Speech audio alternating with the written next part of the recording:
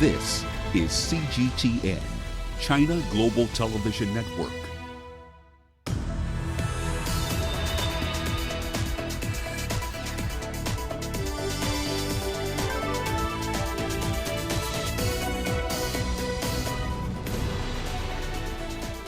Hello there, welcome to this edition of Global Business Africa. In the next 60 minutes, we'll run through all the business news stories you need to know from across Africa and beyond. Quite a bit to get through tonight, but let's start with a run through the markets here for you. So, Tuesday, another rough day for Egyptian equities. EGX 30 closing 4.24% lower today.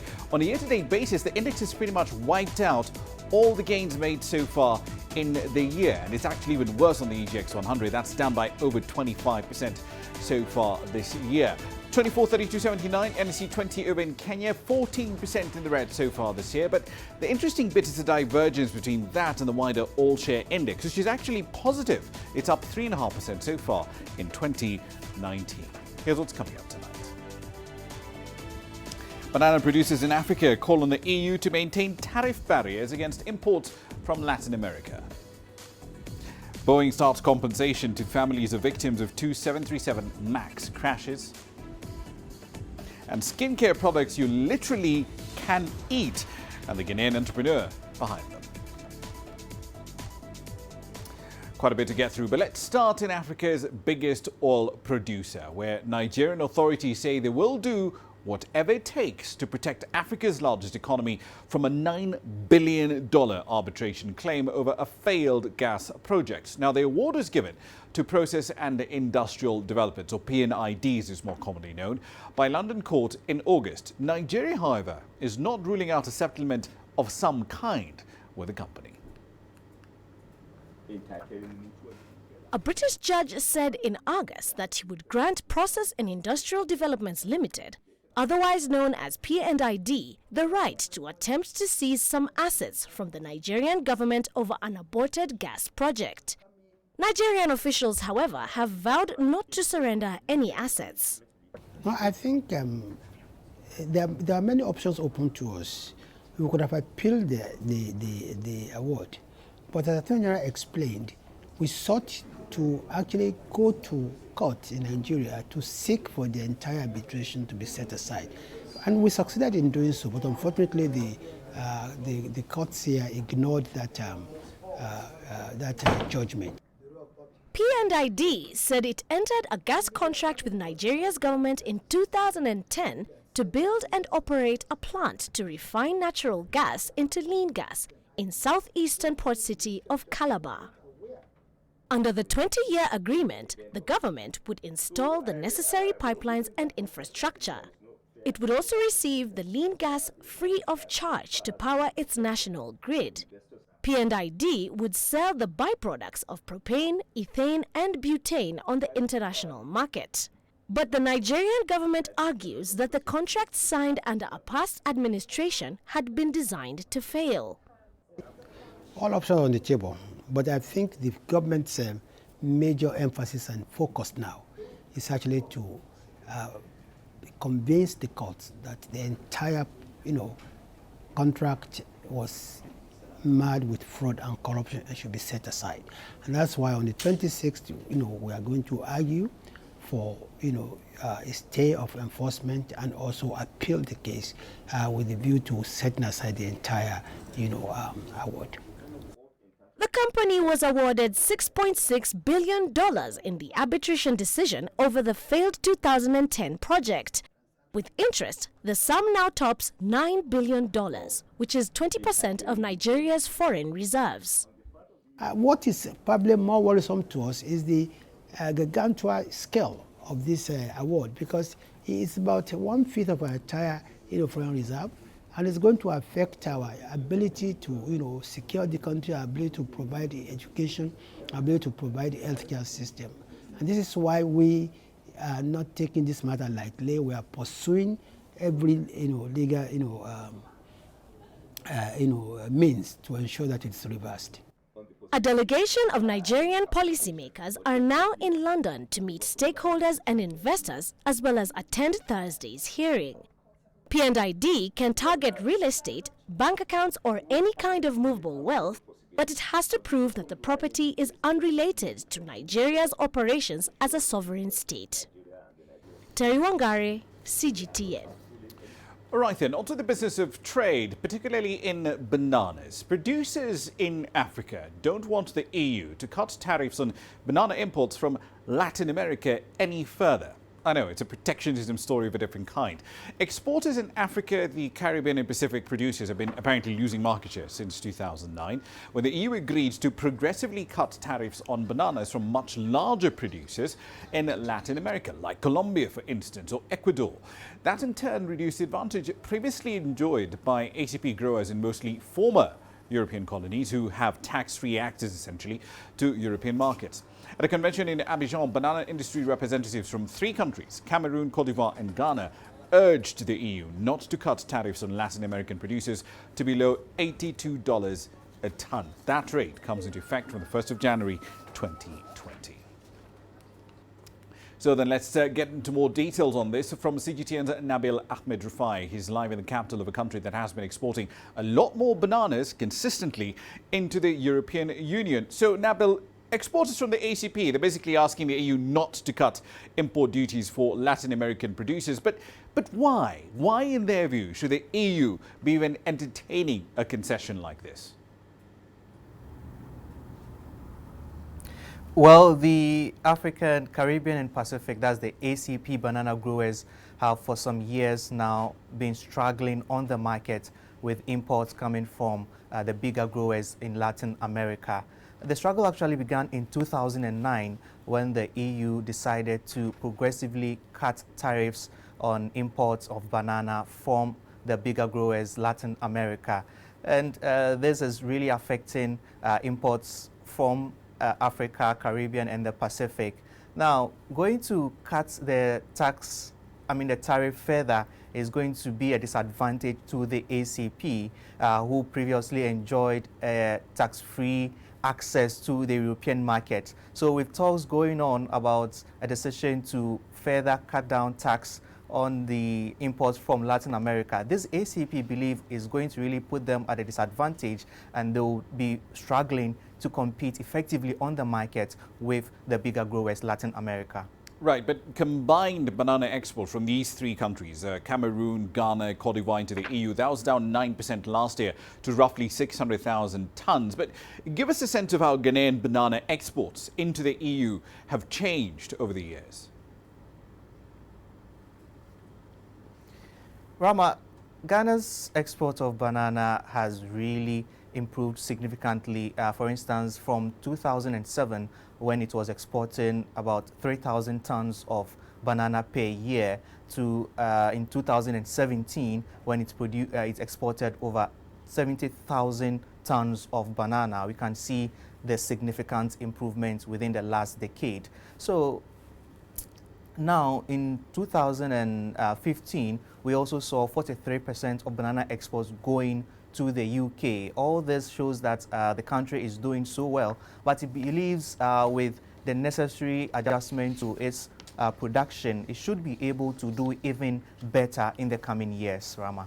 Indeed. So Ghana's exports in particular, the window I was looking at is 2014 all the way to 2018, a 60-something% rise to about 75,000 tons being exported into the EU. So arguably, Ghana can compete with the Latin American producers. But looking at that improvement, what exactly changed in Ghana? Was it a question of yields improving and quality control improving, or is it just an expansion in acreage that essentially has banana growing on it? The country continues to receive huge investments towards the production of its banana.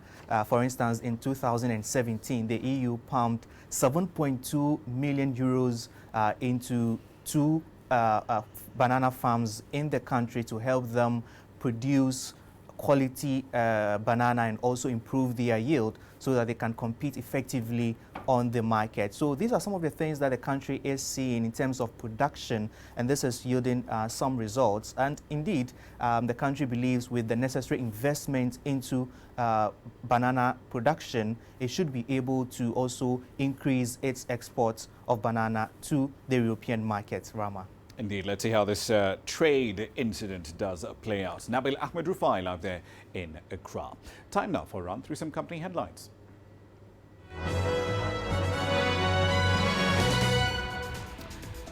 All right, then let's start in the debt markets, where the South African government has raised $5 billion from the sale of 2 bonds in international markets. Strong demand from investors actually helped it to raise 25% more than it came to the market looking for. The transaction was more than twice oversubscribed, with quite a bit of interest from the usual financial institutions, insurance, pension funds, hedge funds and others as well from nearly all continents.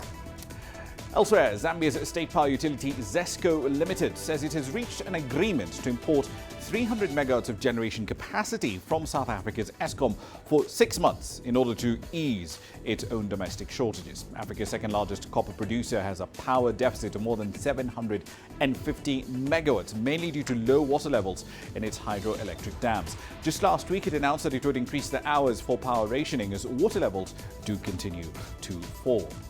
Over in East Africa, Kenya Commercial Bank has taken over the debt-ridden Mumias Sugar Company in a receivership process designed to protect the firm's assets and at least keep operations running. KCB has appointed Tact Consultancy Services as the sugar miller's receiver manager. Mumias has struggled with huge debts and massive losses. It saw its total liabilities soar well past whatever assets it did have. The miller suffered reported a $145 million loss in the fiscal year ending 2018. And finally, over in transportation, Uber has received an operating license in London, but only for 2 months. It failed to secure a maximum 5-year term in a battle with the regulator, which has previously stripped the app of the right to take rides. Now, Transport for London, that's the London regulator, rejected the Silicon Valley company's license renewal request 2 years ago, mainly due to failings it said it found in its approach to reporting serious criminal offences and driver background checks, which in turn did prompt this legal action. That's a run through your company headlines.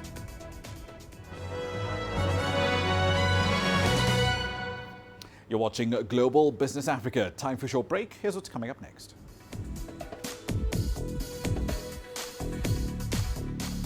Boeing starts compensation for families of victims of 2 737 MAX crashes. And Google will not have to remove links to sensitive, discredited or wrong personal data outside the EU. We'll explore that shortly, live from Brussels. It is Chinatown. Against the odds, the People's Republic of China was founded 70 years ago. Since then, it has aspired for change, both at home and abroad. What is driving this endeavor, and how has it managed to evolve with the times? We will look back, and in a new era. The nation is forging new missions and visions. We will look ahead. Tune in to our exclusive coverage of the 70th anniversary of the People's Republic of China.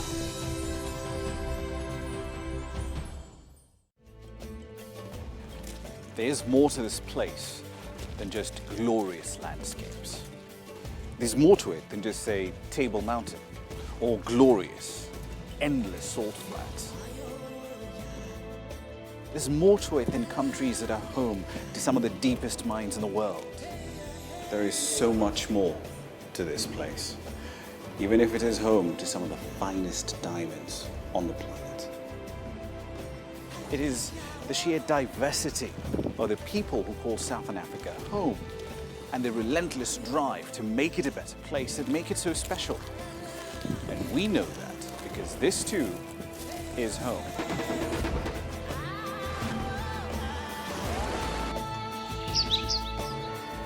No one knows Southern Africa like we do. CGTN. See the difference.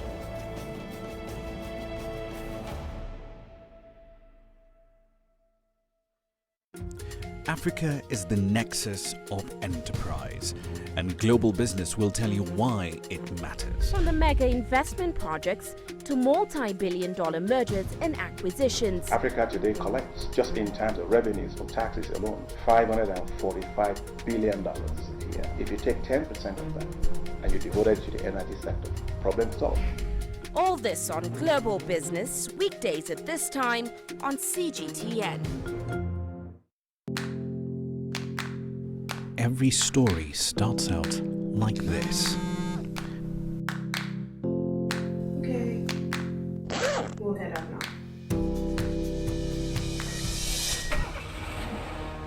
beyond the rush of the numbers, there's always a more fundamental question. What happened? Who has been affected?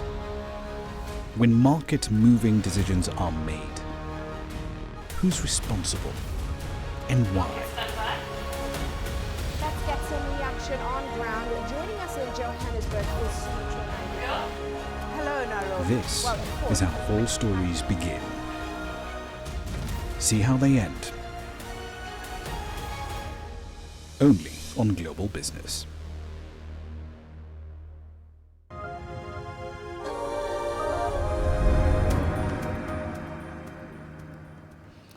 Welcome back to the program. Families of the 346 people who were killed in two fatal crashes of Boeing 737 MAX 8 are set to receive each about $144,000 in compensation. 157 people died in March, shortly after takeoff at an Ethiopian Airlines flight, 5 months after another 189 died in Indonesia when a Lion airplane went into the Java Sea. The compensation is coming from a financial assistance fund, which Boeing announced in July. The fund will begin accepting claims from relatives pretty much immediately. Fund administrators say claims must be filed no later than the 30th of November. Boeing is facing a broad range of lawsuits and federal investigations related to these two crashes. It's still unclear at this point when or if the fleet of grounded 737 MAX may be cleared to fly again. On to legal matters now. Google had a good day at the European Union's top court as the court ruled that it does not have to remove links to sensitive, discredited or wrong personal data, not just in the EU but around the world too. Now, the judgment came in a case that pits the US tech giant against French privacy regulators. Back in 2016, France's privacy watchdog fined Google $110,000 for refusing to delist sensitive information from internet search results globally upon request in what is called the right to be forgotten. It's an interesting and hotly debated legal concept. The European Commission proposed in 2012 that people should have a right to be forgotten on the internet, but that policy was then watered down by the EU Parliament last year in favour of a right to erasure instead of specific information. Right then, so let's discuss this in a bit more detail with CGTN's Jenny Longden live in Brussels. So Jenny, this case has a really long history behind it. Bring us up to speed with the wider context here. The 2014 right to be forgotten decision, the 2015 demand from the French privacy watchdog that brought us to where we are today. Yes, this all goes back to a case from 2014 where a Spanish man called for a post which was it was an auction notice about a home that he'd had repossessed to be deleted from the internet. Now, he successfully argued that the matter had been resolved, the debt matter surrounding that purchase, and it should no longer be linked to him whenever his name is put into Google. At the time, Europe's top court agreed with him. They said they'd backed his right to be forgotten, and they called on Google to delete any inadequate, irrelevant, or no longer relevant information about a European citizen whenever they requested it. Now, they said Google must be regarded as a data controller. A year after this, France's privacy watchdog CNIL fined Google $100,000 for refusing to delist sensitive information from search results globally. Google tried to come back and combat this. They took their fight to the French Court of State, and they subsequently sought advice from the European Court of Justice. Now, in 2016, Google introduced geo-blocking, which prevents European users from being able to see any sensitive information that has been on a delisted link, but they resisted censoring those search results in other parts of the world, and the firm challenged the fine. And that leads us to today's landmark ruling. Indeed. So, but given the global nature of information beyond physical borders, right, this is a borderless internet, realistically speaking. Doesn't this ruling sort of open the door for essentially data arbitrage? Because information that's hidden in the EU can be easily accessible, arguably, from elsewhere in the world. Well, of course, the internet's so difficult to govern and difficult to stop people from being able to access information if it's only banned on certain sides of the world. And this data is never actually deleted outright. It's kept on the server. It's just hidden from view if it's to be Googled here in Europe. Now, if someone's complained about sensitive information, that sensitive information will just be hidden if it's viewed within their community. So it does protect people from their immediate neighbours, their homes, their communities, from any sensitive information being found. But of course, it can be found if it's Googled out with Europe. And today's ruling has emphasised that that will remain the same. Indeed. So one last question for you. In the ruling, the bits that I read, the European Court of Justice also said that Google should put in place measures to discourage users from going outside the EU in order to find this information. But in a world where everything is literally a click and a virtual private network away, how does a court see this working? That has been one of the key complaints all along throughout this process, and that's what the French privacy watchdog specifically wanted to overturn, to make sure that people wouldn't be able to access this sensitive information even by using a virtual privacy network online, which is readily available. But today's ruling means that that can't be done. So essentially anyone in Europe can find out this sensitive information if they really want to by using a VPN, which are readily available online. The only way to combat that is if Google were to ban VPNs, which seems very unlikely at this stage. Indeed, very interesting times indeed. Jenny Longdon in Brussels, thank you very much. Right then, so let's get back into the business of travel. The entry of the company Thomas Cook into administration after, 178 years of operation, it has sparked the largest peacetime repatriation effort in British history. Passengers have been queuing up at checkpoints and counters inside Tunisia's main airport since Monday. They continue to look for ways to continue their holiday or go back home. Now, the firm owes Tunisian hotels $66 million, and that is just for stays in July and August. Data from Tunisia's tourism industry confirms that some 4,500 customers of this foreign company are still in the country. With an estimated 600,000 people abroad, the tour operator is seeking assistance from a broad range of actors, governments, insurance companies, airlines, you name it, all in order to bring clients home from places as far as Cancun to Cuba to Cyprus. I've had absolutely no information from our tour operator other than what's on their website. We've tried to get hold of them on the telephone, and I've tried emailing them, asking them to just give us an update on the current status of things, but we're still waiting to hear, and I'm hoping that they can find us alternative flights maybe. There should be some sort of legislation in as much as if a tour, especially within this tourist industry, if an operator can't fulfil its commitments or doesn't look likely to fulfil its commitments financially or to its customers, it shouldn't be taking on more work. Now, high data prices notwithstanding, remember the hashtag data must fall, internet consumers in South Africa are the first on the continent to get access to commercial 5G. The data-only operator, Rain, has partially activated Africa's first commercial 5G network. CGTN's Angela Coppola has been giving it a try. The offering is being trialled by 1,000 of Rain's customers in Johannesburg and Pretoria at around $68 a month. Yeah, they're getting the fastest internet on the continent, because it's 5G speeds and it's something that's completely unprecedented.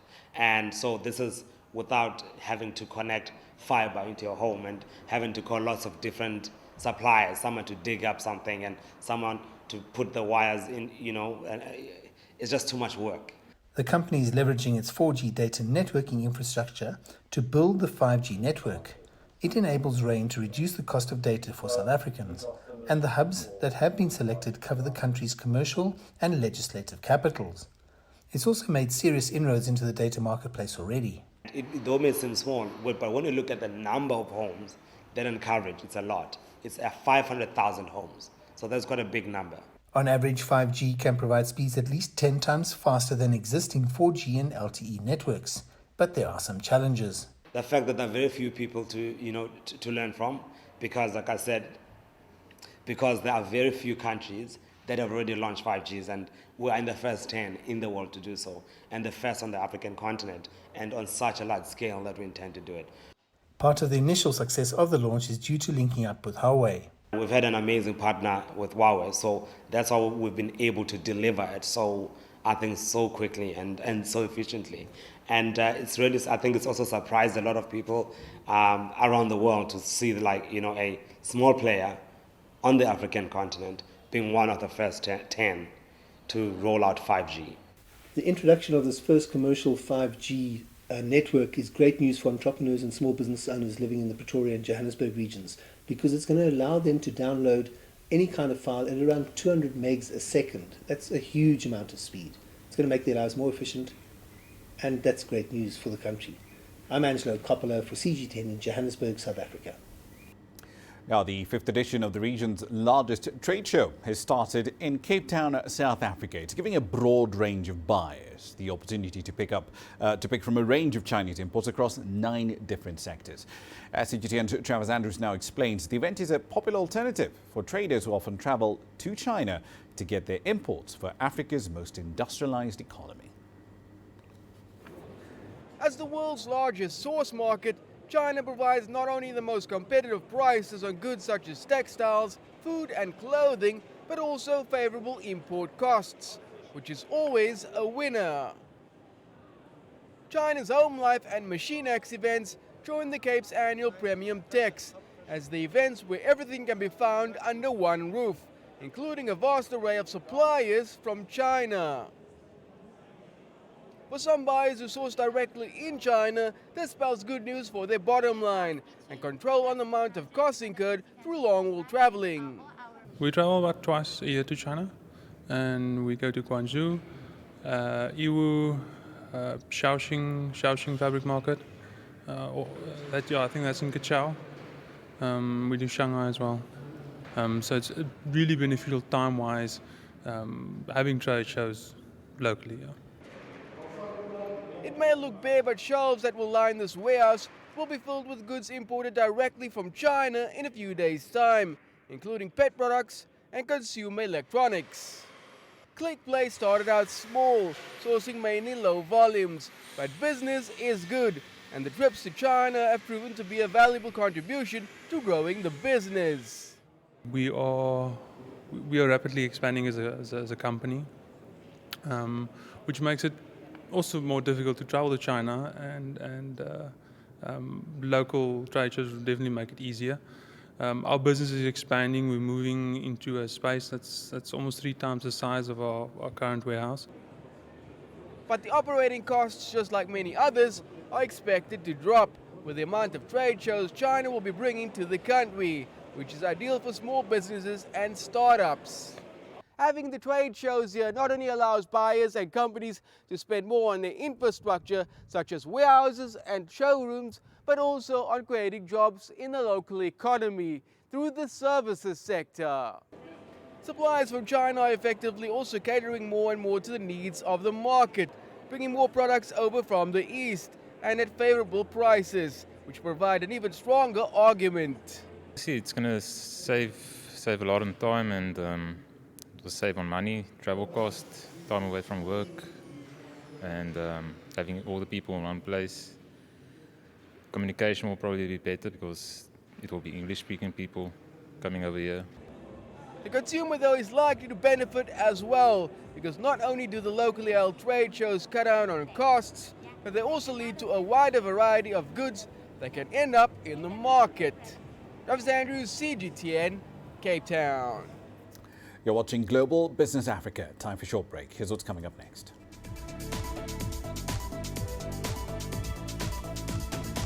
The UK Supreme Court hands the Prime Minister another setback. It rules he was wrong in shutting down Parliament. And Egypt wants to build the tallest building in Africa. We'll be looking at the skyscraper wars when we come back.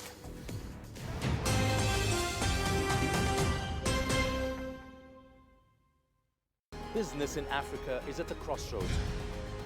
We celebrate those who are adopting and thriving despite the challenges, from grassroots to big businesses.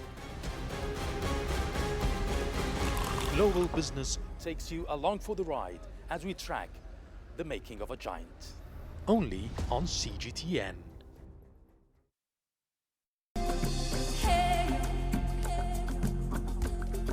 Accra is my kind of city. That's because when I'm here, I feel like I'm back home in Lagos or Abidjan, which are two of the major cities I grew up in.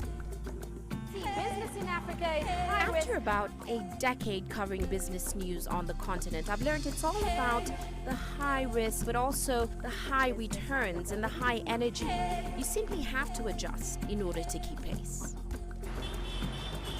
When I started out as a journalist, my dream was to open people's minds to the different perspectives. From the CEO in the boardroom to the trader out in the street, we all have different stories. From Accra to Addis Ababa, from Cairo to Cape Town, and I wouldn't have it any other way.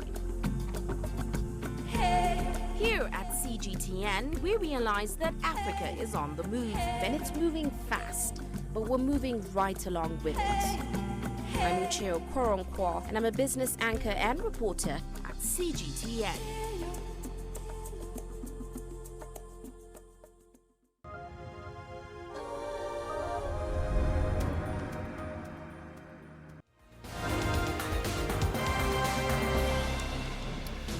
Welcome back. Let's run through some of the stories making your headlines at this hour. Starting in the United Nations. World leaders at the United Nations headquarters in New York for the 74th session of the United Nations General Assembly. The UN Secretary General Antonio Guterres gave the opening comments. He commended the body's humanitarian efforts across the world. The UN chief also warned of the world fracturing along separate ideological lines, essentially a Cold War by another name. He called for a multipolar world with strong multilateral institutions. In North Africa, Algeria to be specific, 8 babies have died after a fire ripped through the maternity ward of a hospital. According to emergency services, the incident occurred just before dawn in Oud Souf. It's a city near the border with Tunisia. Responders reportedly managed to rescue 11 babies, 107 women and 28 staff. The cause of the fire was not yet clear. The Algerian Prime Minister has ordered an inquiry. In Kenya, families of students of a local primary school in the capital, Nairobi, continue to mourn their children following a fatal incident that saw 7 children killed when the building essentially collapsed. The classroom block they were in caved in, killing 7 of them on Monday. And finally, Ethiopia has launched a Chinese-funded water supply project in Mekelle City. It's the capital of Tigray province in the northern part of the country. The project is worth about $270 million. It's expected to be wrapped up in about 3 years. China's ambassador to the country says the water supply project will meet the needs of numerous manufacturing industries located in that region. That's a run through your headlines.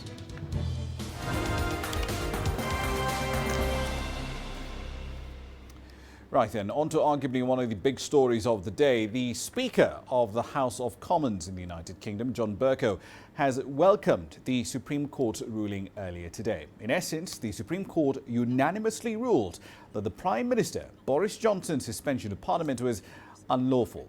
The court said that Johnson acted unlawfully in suspending Parliament in the run-up to Brexit. It's a stunning blow that sparked immediate calls for him to resign. The 11 judges of the country's highest court were unanimous in the verdict, which they said meant that Parliament could now reconvene immediately.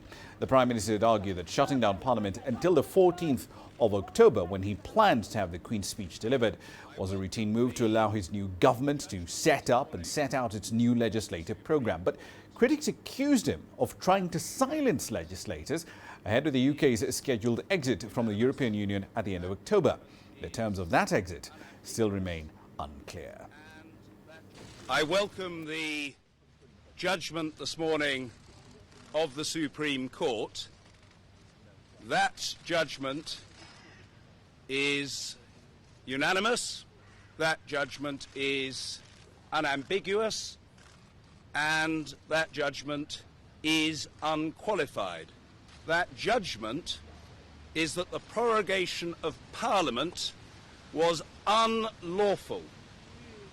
Unlawful because it prevented or frustrated Parliament in the discharge of its core duties. And it did so at a crucial time for our country. All right, then, quite a bit to get through here. So let's get the latest from CGTN's Richard Bestick has been following development from London. So, Richard, walk us through the meat of this unanimous ruling. How did the justices arrive at the conclusion that the Prime Minister's actions were entirely unlawful? Ramah, let's just take a breath here and remember where we are. The Supreme Court's ruling is as unprecedented as it is devastating for the UK Prime Minister's Brexit plans. All those 11 judges agreed he'd asked the Queen to act unlawfully in his name by suspending, or proroguing as they call it, Parliament for 5 weeks. And it was clear they hadn't accepted his lawyer's arguments in court that it was all justified because he wanted to prepare for what he called an exciting platform of policies for the autumn. There was no evidence, said the Supreme Court, that this justified such a long parliamentary suspension, and it was damaging to democracy. You heard John Bercow there saying it hindered Parliament in one of its core duties of watching over the executive. But it's that act of linking the monarch to an unlawful act which may come back to haunt Johnson in the longer term. But his entire Brexit strategy now appears to be in tatters. Despite his eternal optimism, saying in New York at the UN Assembly that he refused to be downhearted. No suggestion there of any kind of thoughts of resignation following that Supreme Court ruling. Indeed. Let me play the devil's advocate briefly here. So on paper, at least, this makes it harder for the government to try and ram through a no-deal Brexit. But once MPs are back in session tomorrow, then what? They've already legislated against a no-deal Brexit more than once. So what more can they do between now and the next EU summit on the 17th of October? Well, the ruling definitely makes it harder for Johnson to get the UK out of the EU by October 31st with his so-called do-or-die no-deal Brexit. He conceded as much in New York, saying he didn't agree with the verdict of 11 of Britain's most senior judges. The Prime Minister's return plans from the UN General Assembly have all been rushed forward. The House resumes late morning Wednesday, and Johnson is expected to make a statement when possibly we'll discover a little bit more about how he plans the way ahead. Members of Parliament, now back on their green benches, will be watching him like a hawk, making sure he sticks to the new legislation that makes it illegal for the Prime Minister to take the country out of the EU with no transitional trading arrangement. So they'll be watching him, they'll be watching every move he makes to make sure that he sticks to the law. Indeed. So this is the latest in a string of setbacks for Boris Johnson. But from a political perspective, does this push the UK closer to having a snap election? Well, it's certainly what the Financial Times this morning called a litany of parliamentary disasters. He's lost, in his first 2 months, he's lost 6 significant parliamentary votes. He's lost his parliamentary majority through defections and mass sackings. He's lost control of the parliamentary agenda and Brexit. He would happily, Ramah, accept a people against the Parliament general election, but Parliament sees that as a trap, allowing him the timing of the election and a mechanism by which he could force through a no-deal Brexit while the country is occupied fighting the election. They'll only go for a general election once Johnson has extended the October deadline for Brexit. So possibly an election within a month, possibly 6 weeks, but Ramah, very soon indeed. Indeed, and this, of course, is Brexit. Anything can happen. Speaking of political parties, Labour, they've been holding the political party conference. Why do they opt for this wait-and-see approach for Brexit instead of just firmly deciding we're going to campaign to stay in the EU at a party conference? Why the waffling? Waffling is probably the right term. Frankly, the opposition Labour Party is as divided as everyone else over Brexit. while all the major cities and 80% of Labour Party members are all in favour of a referendum, many Labour strongholds are strongly for Brexit and don't want a second referendum. So Labour's cunning plan is to have a general election first, win it, they hope, despite the opinion polls, and then decide their policy on Brexit before calling a new referendum. If it all sounds confusing, Ramah, you're not alone, and many Labour supporters say it'll be a tough sell on the doorstep. Indeed, it was the best of times, it was the worst of times. Richard Bestick, live in London. Thank you very much.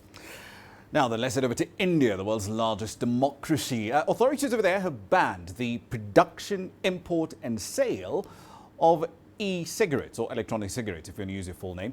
Violating that ban will see individuals face jail terms of up to 3 years, of fines or up to $7,000.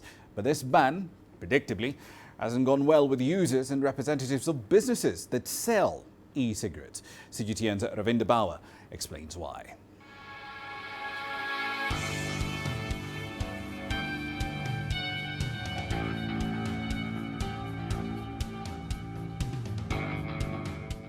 Production, manufacturing, import, export, transport or sale or even distribution and storage and advertisement relating e-cigarettes are all banned. Citing health risks, the government banned e-cigarettes. This decision has come as a big blow for users like Kanav Kumar. Kumar chose vaping over smoking about 5 years back and says it is a healthier choice for nicotine addicts. All I know is as a consumer, they've condemned me to a life of death by smoking. I'll be coughing, I'll be smelling bad, I'll face a shitty lifestyle all over again, and that's because the government wants me to have that. They're not letting me live a good, healthy life.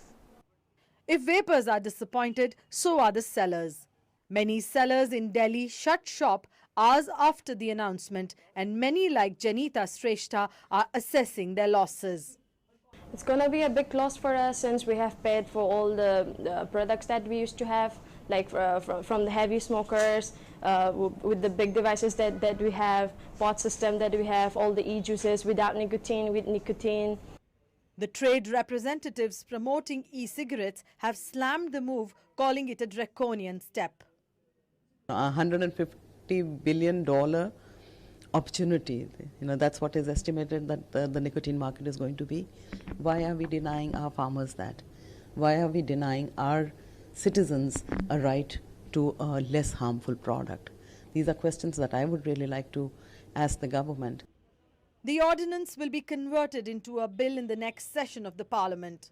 Once the Parliament approves the bill, the proposed ban on such products will get a legal backing. Ravinder Bauer, CGTN, Delhi. Right then, on to architecture. The arms race, if you want to call it that, to build the tallest structure in Africa continues, with China's State Construction Engineering Corporation, it's a bit of a mouthful, currently building what's expected to be Africa's tallest building in Egypt. It's called the Iconic Tower, and it's located in the newly established administrative capital. CGTN's Yasser Kim was at the construction site for What's Hot tonight. The new administrative capital is a huge project to move about 10 million people to a new city east of Cairo. A major sector of the new capital is the business district, being constructed by Chinese company. This was a huge project, as you know. It's about the phase one. We can say it's for $3 billion. It consists of about almost 20 towers. 12 of them is offices, commercial office, and 3 offices, 3 buildings for residentials, and hotels, 2 luxurious hotels and 1 hospital. Recently we just awarded phase 2. Phase 2, it's almost also 20 towers. Over 2,000 employees, half of them Chinese, are working on the business district. This is our living camp, and about 30 buildings in it, and all the Chinese laborers and managers live here. We have a restaurant. There's 2 basketball yards in this area, and we have a basketball game during the last 2 weeks, and it's not finished. Maybe during the next 1 month we will finish this basketball game. We also have some others, for example, the table tennis. At the center of the business district is what's called the Iconic Tower. It's a 400-meter building which is for multi-purposes such as business, hotel and residential. This place is expected to be the largest tower in Africa when ready. Known as the Iconic Tower, it will include a hotel as well as residential and business units. The brilliance here is not just in the height of the tower, expected to be the highest of its kind in Africa, but how it is being constructed. Two very important key technology. For example, you see the climbing framework, the blue one. It's very famous. It's the first time the SpaceX introduced this very advanced technology to Egypt, and it's very famous and very useful in used in China. But it's the first time we bring this technology to the Egypt, and we planned 3 boom-type tower crane. You see, we have installed the 2. This is the boom-type tower crane. Quantity is very large, and we need to finish this part of work in very short time. So we use by means the chute and the autumn pump. Use these 2 methods to pour this concrete. Finally, we create 3 records in the pouring. This process would speed up the construction period. 1 floor would take an average 15 days to build. Here, only 5 days. It's a new system that has never been introduced in Egypt before. The Iconic Tower is expected to be ready by 2021. Yes, Hakim for CGTN, Cairo. Right, then a quick run through commodity prices here for you, specifically on oil. Brent crude is our focus, down 1.8% at 14.52 GMT, hovering around $63.58 a barrel. WTI futures in New York, pretty much the same pattern, down 1.7%, 57.64 a barrel at the same time. Remember, they had risen by about 1% on both contracts on Monday.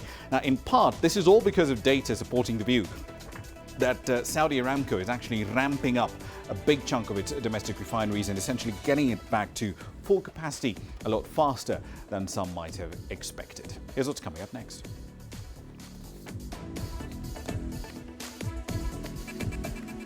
We'll introduce you to skincare products you could eat, quite literally, and the entrepreneur behind them.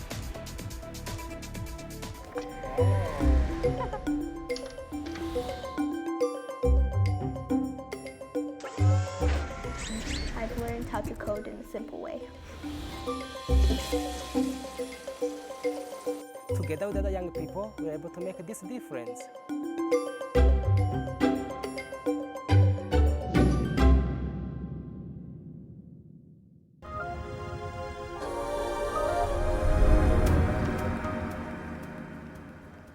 Welcome back to the program. Now, it's estimated that there are roughly 13 million Nigerian children between the ages of 5 and 14 who should be in the formal education system but aren't. Most of them in the north of the country.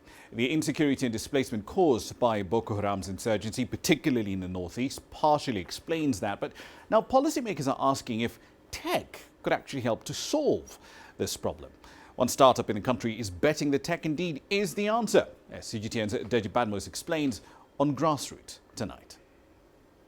Despite the fact that basic education is officially free and compulsory in Nigeria, it is now strange to see children on the streets during school hours. For some, the situation is compounded by language barriers and lack of written literacy skills. But an education tech startup has now come to the rescue through the use of its digital pen and talking books. The Mavis pen and book have audio capabilities, and this is how it works.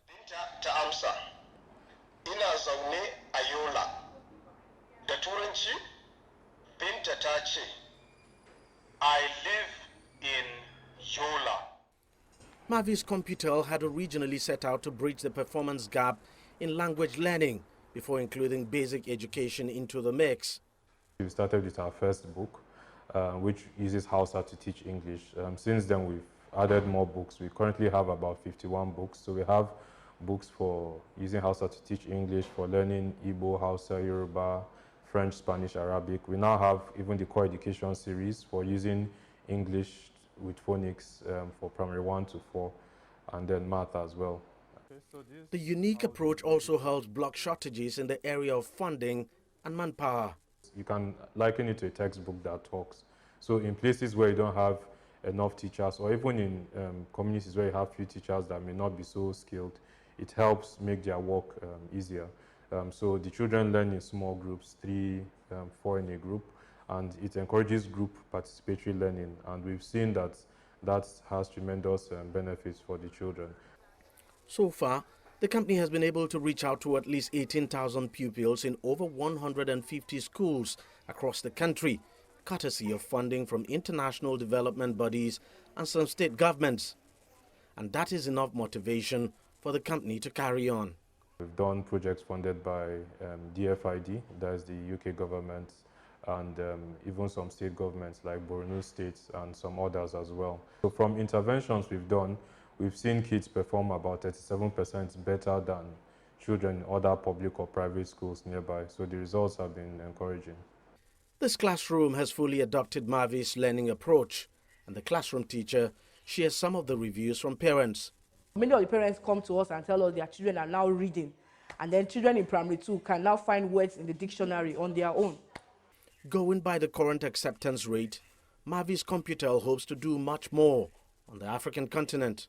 Our goal is that in the next 2 to 3 years, we should have reached close to 1 million children across the country, and then at some point we plan to expand to other African nations as well.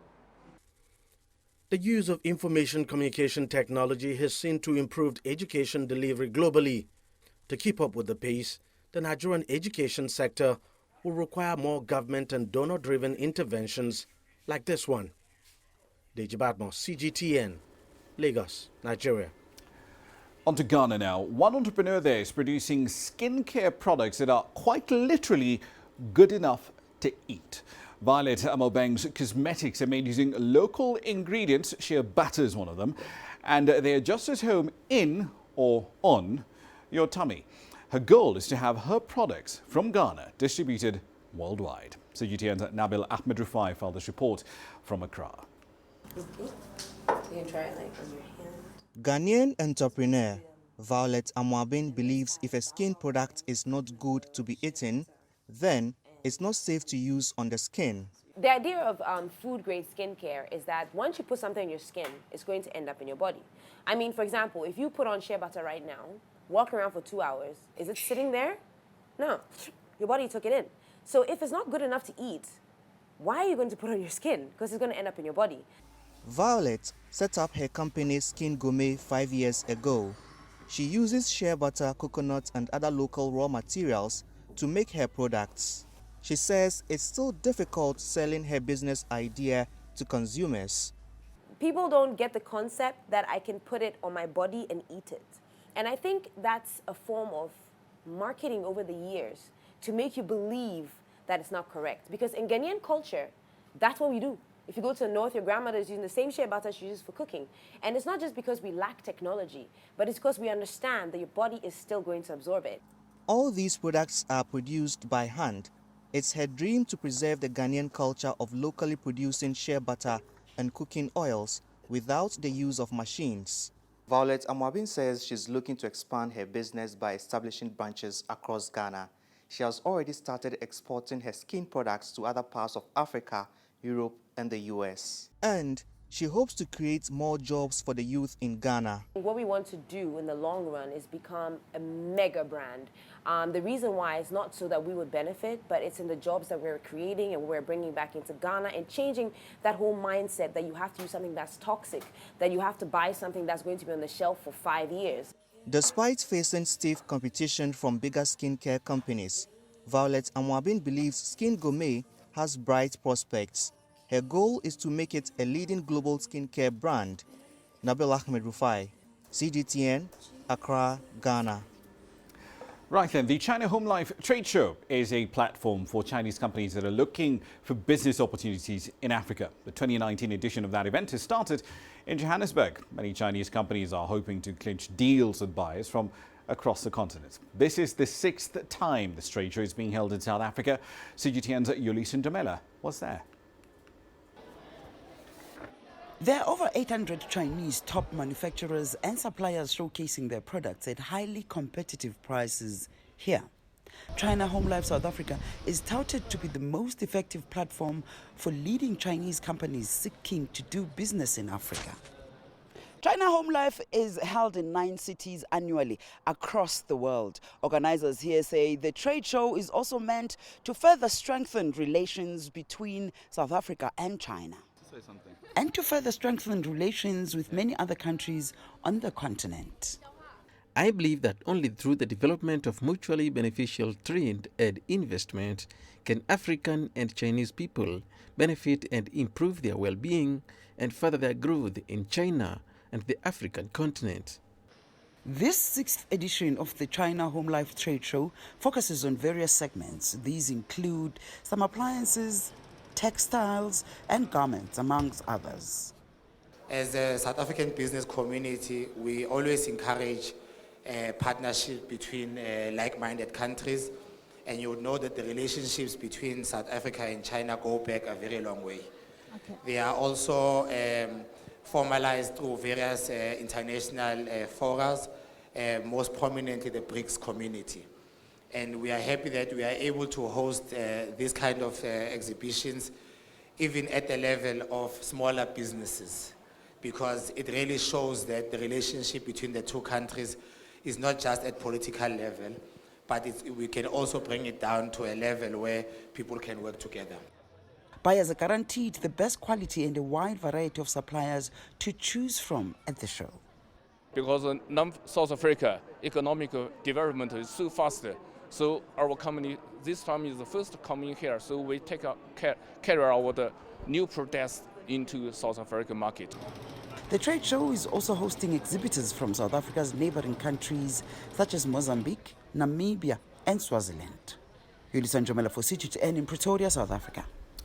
Right, and a quick run through the currencies as we wrap up. Also mentioned something briefly on American equities as we get there. But first, South Africa. So the country did raise a fair bit of cash from the Eurobond market today, as we mentioned a little earlier. The offer was split essentially into two. There was a $2 billion 10-year note priced at about 4.85%. And there was a 30-year note, $3 billion, 5.75%. American equities, as we've been on the program, essentially in the red. Dow Jones, S&P 500 down by at least half percentage point. Nasdaq, however, much lower, 1.3%, in part because about $50 billion worth of market cap wiped off the FANG stocks in the wake of the speech by Donald Trump at the United Nations, essentially arguing that tech firms have a bit too much power.